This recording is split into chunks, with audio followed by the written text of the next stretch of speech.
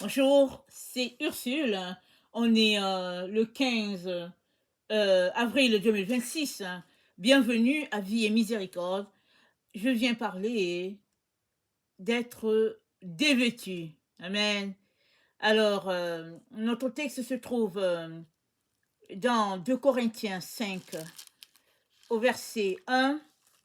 Voilà ce que nous dit la parole de Dieu.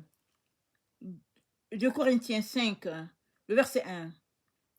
Nous savons en effet que si cette tente où nous habitons sur la terre est détruite, nous avons dans le ciel un édifice qui est l'ouvrage de Dieu, une demeure éternelle qui n'a pas été faite de main d'homme.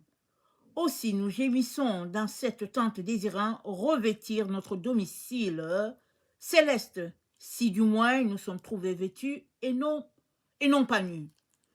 Alors, le texte nous dit que, marchant avec Jésus, on a ce désir-là de se retrouver dans notre vêtement céleste. Et ce désir est d'autant plus fort que nous gémissons souvent parce que nous voulons être dans la présence de Dieu. Alors voilà comment est décrit tous ceux-là qui sont remplis d'amour, n'est-ce pas, de passion pour leur Seigneur Jésus. Et très souvent, on a ce sentiment-là qu'on vient de notre vie à Jésus. On est comme ça, vraiment pimpant, radieux, parce que Christ est en nous. Mais il arrive que souvent, on perd notre vêtement sans même s'en rendre compte. Alors si on regarde à Adam, quand Adam s'est rendu compte qu'il avait perdu le vêtement, c'était après le péché. Adam a marché avec le Seigneur, 130 ans, peut-être 125, il était avec le Seigneur. Mais il s'est rendu compte qu'il était dévêtu, c'est-à-dire que la gloire de Dieu n'était plus sur lui, parce que c'était ça son vêtement, quand Dieu l'a appelé et il est allé se cacher. Il n'y avait pas ce sentiment-là avant, parce qu'il était dans une innocence devant son Père, il n'avait rien à se reprocher, tout était pur, tout était bien, il n'y avait rien, il n'y avait pas de culpabilité quelconque. Mais le jour où il a péché, peut-être aussi ne s'est-il pas rendu compte qu'il avait perdu son vêtement. Mais quand Dieu a appelé et que Dieu s'est approché, à l'approche de Dieu, ils ont fui. Ils sont allés se cacher. La présence de Dieu était telle que Adam et Ève ne pouvaient pas supporter, n'est-ce pas, d'être dévêtus devant lui. C'est-à-dire d'être dans leur nature pécheresse. Et le Seigneur, n'est-ce pas, nous amène dans notre marche avec lui à cet état de réaliser que nous avons besoin de lui pour demeurer vêtu. Parce que une fois que tu donnes ta vie à Jésus-Christ, tu es vêtu à nouveau. Je dis à nouveau parce que par Adam, nous avons perdu notre vêtement. On est dans l'état de pécheur. On est pécheur, pécheresse. Et c'est en donnant notre vie à Jésus-Christ qu'on revêt le vêtement qu'on appelle Jésus.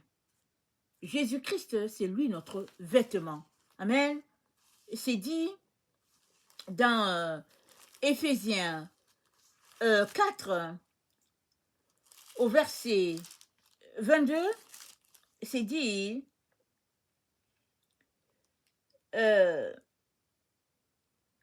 attendez, le texte est quand même long. Si du moins vous l'avez entendu et si conformément à la vérité qui est en Jésus, c'est en lui que vous avez été instruit à vous dépouiller, eu égard à votre vie passée, c'est-à-dire qu'on se dépouille de notre vie passée et à être renouvelé dans l'esprit de notre intelligence et à revêtir l'homme nouveau, créé selon Dieu dans une justice et une sainteté que produit la vérité.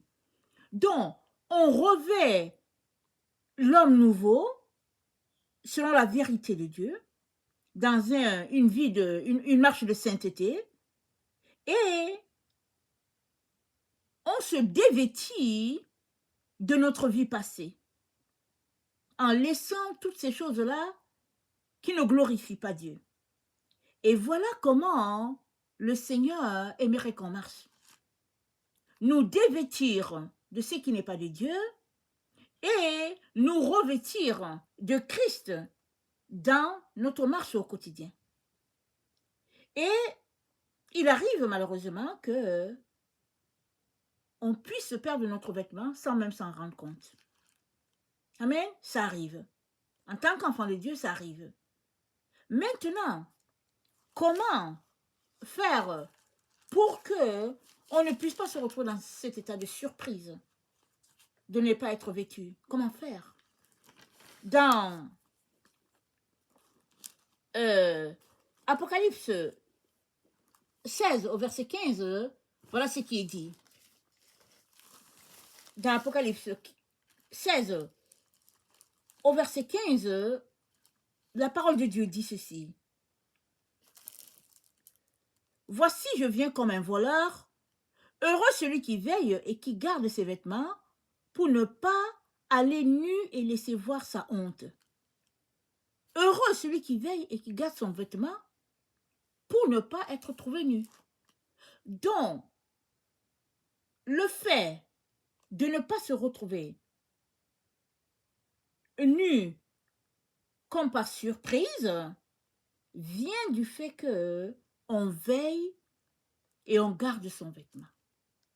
Et on vient de le voir, notre vêtement c'est Christ. En d'autres mots, il nous revient de demeurer constamment dans la présence de Dieu pour garder notre vêtement qui est Jésus. Alors souvent, le vêtement peut être perdu par une histoire de péché. Souvent, ça peut être perdu tout simplement peut-être parce que on s'est détourné de Dieu. Et il peut y avoir plusieurs raisons qui peuvent faire que on perd notre vêtement. Plusieurs raisons. On ne peut pas tous les énumérer. Par contre, Dieu nous dit ce qu'on devrait faire pour ne pas se retrouver nu. Il nous dit de veiller. Il nous dit, n'est-ce pas? Il dit de veiller et puis de garder notre vêtement. Et ailleurs, dans une autre version, je pense que c'est dans Apocalypse 3, on va regarder rapidement. Dans Apocalypse 3, notre Dieu nous dit,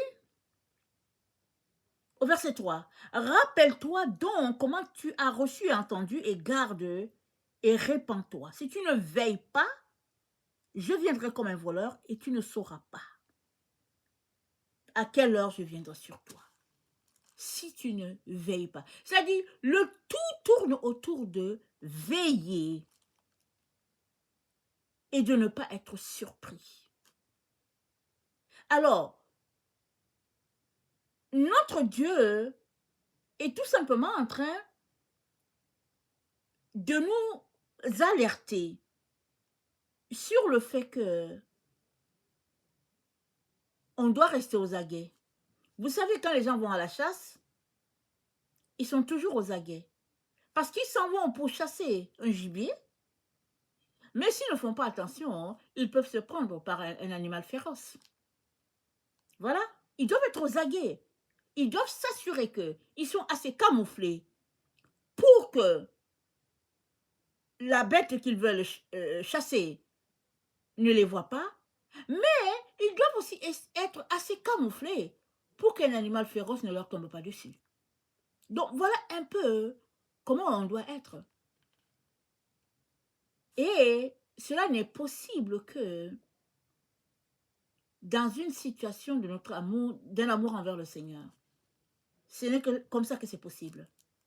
Alors, je viens nous encourager à attiser notre flamme vis-à-vis de notre Dieu.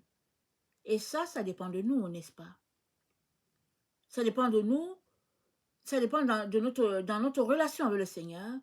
C'est de venir devant Dieu et de lui ouvrir notre cœur. Quand ça ne va pas, parlons-lui. Ne gardons pas les choses dans notre cœur en disant, ok, c'est le Seigneur, et puis bon, on n'est pas content du Seigneur et on garde dans le cœur. Ouvrons-lui notre cœur et disons-lui ce qui ne va pas et parlons, n'est-ce pas, cœur à cœur. Et si c'est quelque chose envers un frère ou une sœur, pardonnons. Si c'est envers le Seigneur, parlons-lui. Et surtout, laissons le Saint-Esprit être au contrôle de notre vie. Ça, c'est très important. Parce que sans le Saint-Esprit, la vie chrétienne, elle n'est pas vivable. Et nous connaissons ce texte que Dieu nous a donné dans Matthieu 25, parlant des 10 vierges, n'est-ce pas? Elles sont parties à la rencontre du Messie, du roi, du maître. C'est tout simplement que 5 sont entrées et puis 5 autres ne sont pas entrées. Et celles-là qui ne sont pas entrées, elles sont parties à la rencontre de leur Seigneur sans huile, sans le Saint-Esprit dans leur vase. Et quand elles se sont rendues compte que c'était crucial d'avoir le Saint-Esprit, elles sont parties acheter de l'huile. Seulement, quand ils sont venus, c'était trop tard. Et qu'est-ce que le maître leur a dit? Il a dit, je ne vous connais pas. Et qu'est-ce qu'il a dit comme conseil? Il a dit, veillez. Il dit, je le répète, veillez. Alors, le conseil du Père, pour nous, c'est de veiller. Il nous encourage à veiller et à veiller tout le temps. Et ce n'est pas quelque chose de pénible. Parce que quand tu veilles, Dieu n'est pas en train de te dire de ne pas dormir. Il est tout simplement en train de te dire d'être dans un état de sobriété et de vigilance, de manière à ne pas embarquer dans n'importe quoi et de ne pas te laisser, n'est-ce pas, flétrir dans ton amour pour Dieu. Et ça prend que tu puisses développer ta relation avec le Seigneur et couper tout ce qui doit être coupé et bâtir avec l'aide du Seigneur et du Saint-Esprit. C'est ça qu'il attend de chacun d'entre nous. Alors, je viens tout simplement nous encourager à garder nos lampes allumées, à appeler le Seigneur au secours, parce qu'il arrive souvent qu'on est épuisé. On est des êtres humains, il arrive qu'on soit épuisé. Mais même dans notre épuisement, crions à Dieu.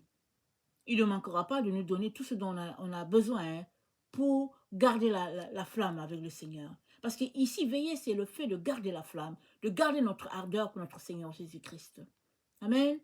Si tu n'as pas encore donné ta vie à Jésus, alors je viens te dire que Jésus-Christ, c'est le lien entre Dieu et nous. C'est lui le pont, c'est lui qui nous a sauvés, c'est lui qui nous a rachetés. Par sa mort sur la croix, il nous a donné la vie. Alors, si tu veux avoir la vie éternelle, ouvre ta bouche, invite Jésus-Christ à être ton sauveur et ton maître, et il viendra et il fera sa demeure en toi. Et maintenant, dégage du temps pour lire la Bible, pour apprendre à connaître Dieu, pour prier, pour entretenir ta relation avec les frères, les sœurs, et surtout, laisse le Saint-Esprit te visiter, afin que ce qui doit être changé en toi puisse être changé. Amen. Que le Seigneur bénisse sa parole, et que Dieu, n'est-ce pas, vienne nous fortifier. Amen. Alléluia.